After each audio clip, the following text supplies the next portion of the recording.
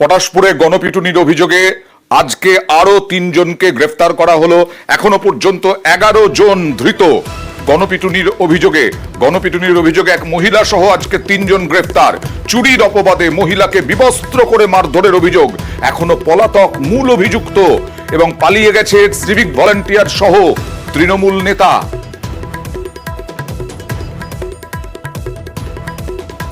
আমার বৌমাকে যারা মেরেছে তাদের আমি শাস্তি চাই। কারা মেরেছে? আমার গ্রামবাসী সবাই করে মেরেছে, বস্তা পুড়িয়ে মেরেছে। বৌমা এখন বর্তমান অবস্থা ভালো নয়, আমি শাস্তি চাই। আর ভাগলপুরে অস্ত্র কারখানার হদিশ, বেআইনি অস্ত্র কারখানার হদিশ ভাগলপুরে। কলকাতা থেকে ভাগলপুরের চাঁদপুরে বিহার পুলিশকে নিয়ে যৌথ অভিযান কলকাতা পুলিশের এসটিএফ এর। কারখানার মালিক সহ 5 জনকে গ্রেফতার। পুলিশের অভিযানে এখনো পর্যন্ত 15টি অস্ত্র উদ্ধার। বিহারের ভাগলপুরের চাঁদপুরে কারখানার মালিক সহ 4 কর্মীকে গ্রেফতার করা হয়েছে। বিহার এসটিএফ এর সঙ্গে যৌথভাবে এই অভিযান।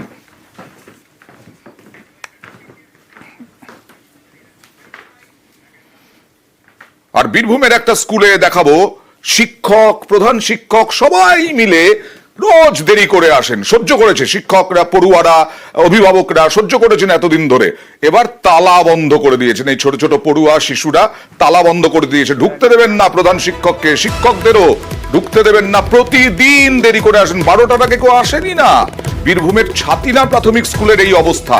তারপরে আজকেও বেলা 12টার সময় এসেছেন শিক্ষক, প্রধান শিক্ষক। তারপরে এমন চাপ খেয়েছেন যে কাল থেকে নিয়মিত ঠিকঠাক আসবেন বলে আশ্বাস দিয়েছেন। তারপরেই এই তালা খুলেছেন অভিভাবকরা। এখন টাইম কত হলো স্যার? আপনাকে বলে গেছি, এখন টাইম কত হলো? আমার বিভিন্ন কাজ এখন টাইম কত হলো?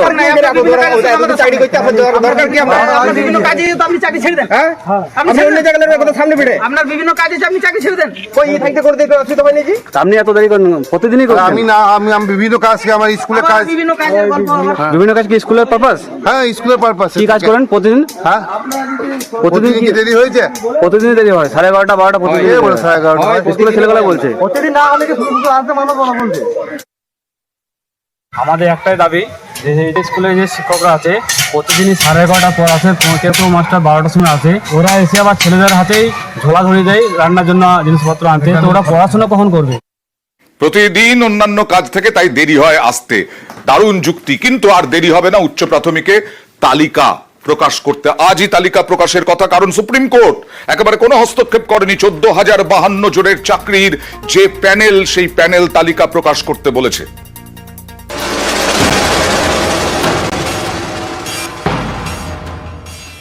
উচ্চ প্রাথমিকে 14,052 নিয়োগে হস্তক্ষেপ করল না সুপ্রিম কোর্ট। কলকাতা হাইকোর্টের পর সুপ্রিম কোর্টেও মিলল নিয়োগের সবুজ সংকেত। মঙ্গলবার শীর্ষ আদালতে শুনানিতে প্রধান বিচারপতি ডিওয়াই চন্দ্রচূড় বলেন, এসএসসিকে নিয়োগের অনুমতি দিয়েছে কলকাতা হাইকোর্ট। 14,052 পদে নিয়োগে সবুজ সংকেত দিয়েছে। এ নিয়ে আইনজীবী কল্যাণ বন্দ্যোপাধ্যায় বলেন, যেখানে দেখা গিয়েছে কোর্টের নির্দেশে নিয়োগ প্রক্রিয়া বন্ধ থেকেছে, সেই হাইকোর্ট প্রায় 1 যুগ পর নিয়োগের নির্দেশ দিয়েছে। উচ্চ প্রাথমিকের নিয়োগ প্রক্রিয়ার শুরু হয় 2016 সালে। শুরু থেকেই নানা জটিলতায় বারবার স্থগিত হয়ে গিয়েছে উচ্চ প্রাথমিকে শিক্ষক পদে নিয়োগের প্রক্রিয়া। নানা অভিযোগে মামলা হয় হাইকোর্টে। গত 28শে অগস্ট উচ্চ প্রাথমিকে 14,052 জনকে নিয়োগের অনুমতি দেয় কলকাতা হাইকোর্ট। 4 সপ্তাহের মধ্যে নতুন করে মেধা তালিকা প্রকাশ করার নির্দেশ দেয় বিচারপতি তপব্রত চক্রবর্তীর ডিভিশন বেঞ্চ। নির্দেশে আরো বলা হয়, এই নিয়োগের জন্য নতুন করে ইন্টারভিউ ও পার্সোনালিটি টেস্ট হবে না। যা আগে হয়েছে তার ভিত্তিতেই মেধা তালিকা প্রকাশ করতে হবে। কলকাতা হাইকোর্টের এই নির্দেশকে চ্যালেঞ্জ জানিয়ে সুপ্রিম কোর্টে যায় কয়েকজন চাকরি প্রার্থী। তাদের অভিযোগ, টেটে পর্যাপ্ত নম্বর থাকার পরেও তারা ইন্টারভিউতে ডাক পাননি। তাই ইন্টারভিউ তালিকা প্রকাশ থেকে নতুন করে শুরু হোক নিয়োগ প্রক্রিয়া। এ নিয়ে সুপ্রিম কোর্টের প্রশ্ন, মামলাকারী চাকরি প্রার্থীরা কলকাতা হাইকোর্টে মূল মামলায় কেন এই আবেদন করলেন না? কলকাতা হাইকোর্টের নিয়োগ নির্দেশ বহাল রাখে শীর্ষ আদালত। হাইকোর্টের রায় চ্যালেঞ্জ করে সুপ্রিম কোর্টে হয় জোড়া এসএলপি। দুটি খারিজ করে দেয় শীর্ষ আদালত। আমাদের সত্যের জয় হয়েছে। মহামান্য হাইকোর্ট নির্দেশ দিয়েছেন তাদের কাউন্সিলিং প্রক্রিয়া সম্পন্ন করার এবং 28শে নভেম্বরের মধ্যে সমস্ত চাকরি সুনিশ্চিত করে তাদের জয়েনিং প্রক্রিয়া সম্পন্ন করার। আমরা যতক্ষণ না ওয়েবসাইটে দেখবো ততক্ষণ আমাদের ভরসা না, ওয়েবসাইটে দেখবো তারপরে বুঝবো।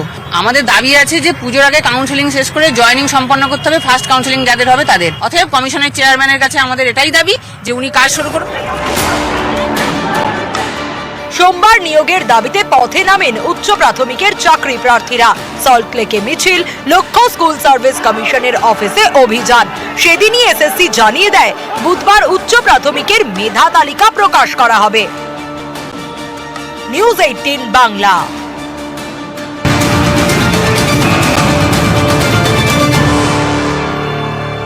ইলিশ আসছে, বাংলাদেশের ইলিশ আসছে, কিন্তু পরিমাণে কম। এর আগে জানা গিয়েছিল 3000 মেট্রিক টন ইলিশ রপ্তানি করবে বাংলাদেশ, কিন্তু কমালো। যদিও পুজোর আগেই ইলিশ পাঠানো হবে বলে জানিয়ে দিয়েছে বাংলাদেশ সরকার। প্রায় 42টি সংস্থাকে রপ্তানির জন্য 2420 মেট্রিক টন রপ্তানির জন্য বরাদ্দ দেওয়া হয়েছে। আগে 3000 মেট্রিক টন পাঠানোর কথা ছিল, কিন্তু তা কমে হয়েছে 2240 মেট্রিক টন। বাংলাদেশের 420 মেট্রিক টন। বাংলাদেশের ইলিশ আসছে অবশেষে ভারতেই, এবং পুজোর আগেই ইলিশ পাঠাবে বাংলাদেশ সরকার।